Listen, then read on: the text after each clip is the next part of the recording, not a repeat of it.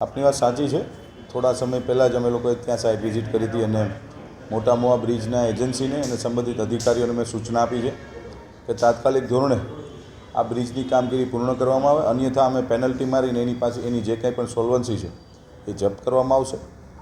ટૂંક જ સમયની અંદર આ બ્રિજને અમે લોકાર્પણ કરવા માગીએ છીએ, એટલે તાત્કાલિક ધોરણે સ્પીડ પકડે એની મેં સૂચના પણ આપી છે। આચારસંહિતામાં ખાતમુહૂર્ત અને લોકાર્પણ ન થાય, પણ કાર્યક્રમ ન થાય, કોઈ પણ રાજનીતિક પદાધિકારી, ધારાસભ્યો, MP MLA, કોર્પોરેશનના પદાધિકારીઓ કે કોર્પોરેટર ન જોડાઈ શકે, પણ કોઈ પણ વિકાસલક્ષી કામગીરી આચારસંહિતામાં અટકે નહીં, એટલે આચારસંહિતાની અંદર પણ આ બ્રિજ ખુલ્લો મૂકવાનું અમે લોકોએ ટેકનિકલ અધિકારીઓને સૂચના આપી જ છે। બધીને 1-1.25 મહિના જેવું અમે અમારા અધિકારીઓ કીધું 1-1.25 મહિનામાં કાર્ય પૂર્ણ થઈ જશે એવું કહે છે।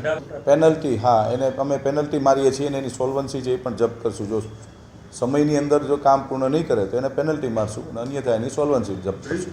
ખૂબ જ લાભ થશે। બ્રિજ છે એ ટ્રાફિક ન થાય એના માટેની એક કેન્દ્ર અને રાજ્ય સરકારની યોજના હોય છે અને એ યોજનાનો અમલ કરવું દરેક મહાનગરપાલિકા અને જિલ્લા પંચાયતની એક અને પ્રજા માટે હોય છે આ, એટલે ખૂબ ટ્રાફિક સોલ્વ હળવો થઈ જશે। સાંજ સમાચાર ફેસબુક પેજને લાઇક કરો, વિડીયો શેર કરો અને વધુ વિગતવાર સમાચાર માટે sanssamachar.net વિઝિટ કરો।